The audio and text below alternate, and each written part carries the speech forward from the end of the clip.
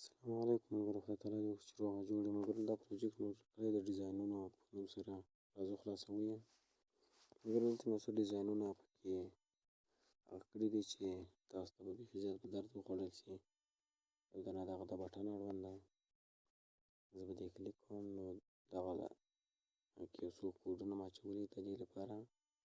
یو دانه دغه ده، دلته د ایمیج نوم ورته نوشته کړی د هغې ایمیجه، دلته هم د لینیر او دلته هم مطلب اړوند دغه دي. دا د دې لپاره استعمالېږي ملګرو چې دغه لینیر داسې په خوندور ډیزاین سره داسې په څنګ راولي. اول پټوي وروسته بیا په خوندور ډیزاین سره راولي او بیا یې پټوي. دغه سیګمار د دې لپاره ده، هلته یو کوډ ده پکې. دا پروجیکټ به تاسو بیا ترلاسه کړئ. د دې لپاره ده چې د رڼا اندازه اضافه کړي، یو خو دلته اضافه کېږي، بل هغلته اضافه کړي او کمه یې کړي.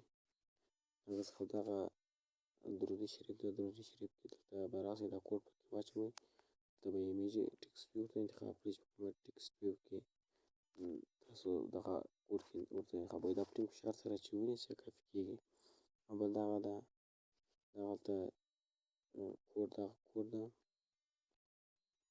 دغه کوډ د دې لپاره استعمالېږي چې کوم ایمیل یا هم لینک یا نمبر چې په دې درېیمه ټکسټ ویو کې وي، هر ټکسټ ویو چې ورته انتخابوئ. دلته به ټکسټ ویو ته انتخاب کړئ، دغه ځای کې مطلب دغلته دلته رنګ ورته انتخاب کړئ، کالر دغلته هم، نو هغه به په یو وار سره هغه ته لاړ شي. لینک به د لینک ځای ته او ایمیل د ایمیل ځای ته.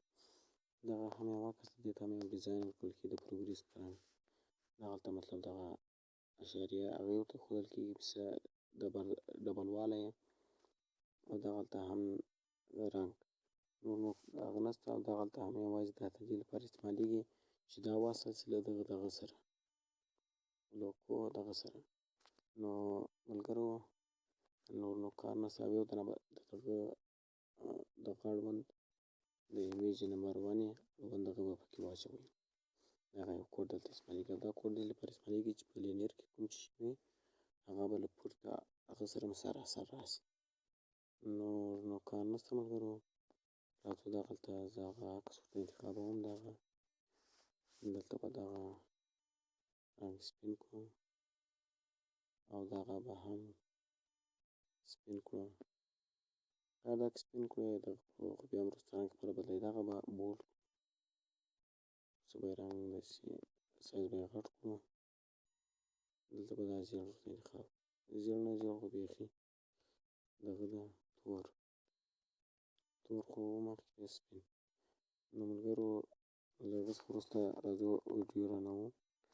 ملګرو د پروجیکټ ترلاسه کولو لپاره به تاسو زه لینک په ویډیو کې واچوم ډسکریپشن کې.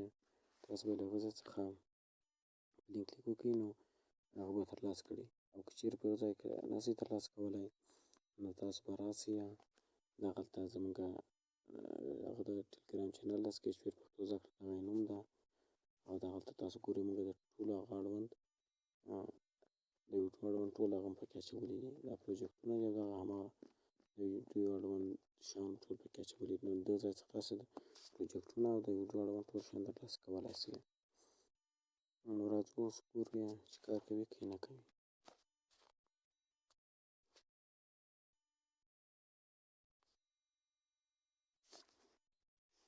تاسو ګورئ ملګرو عکس دومره خوندور تاویږي. هغه څخه وروسته دغه په نمبر صفر وایي باندې زه کلیک کوم، دغه د موږ دغلته راوستم. هغه څخه وروسته په ایمیل کلیک کوم، دا د لینک رقم ده. که دې لینک باندې چې کلیک وکړې نو دغه رقم راځي. نو دغه په دې چې کله کلیک وکړې نو موږ به څنګه کړي، موږ به بوځي دغې صفحې ته. نو او دغه درود شریف چې په ټینګ فشار سره یې ونیسئ نو داسې کافي کېږي. دلته یې دا د هغه راواړوي ډیالوګ، یا یې نسخه کړه او یا هم شریک کړه. هغه څخه وروسته ملګرو تاسو ګورئ د دې رڼا داسې فیصدي هلته معلومېږي، داسې که ورتېزوئ ورتېزې کړئ، که کموئ ورکمې کړئ. او هغه عکس ته ګورئ سراسر داسې راغلی دی او دغه داسې خوندور ډیزاین سره دغه شاته راولي او بیرته یې هغه ته ولي. او دغه هم عکس ته تاسو ورته وګورئ ډېر خوندور ډیزاین سره راغلی دی.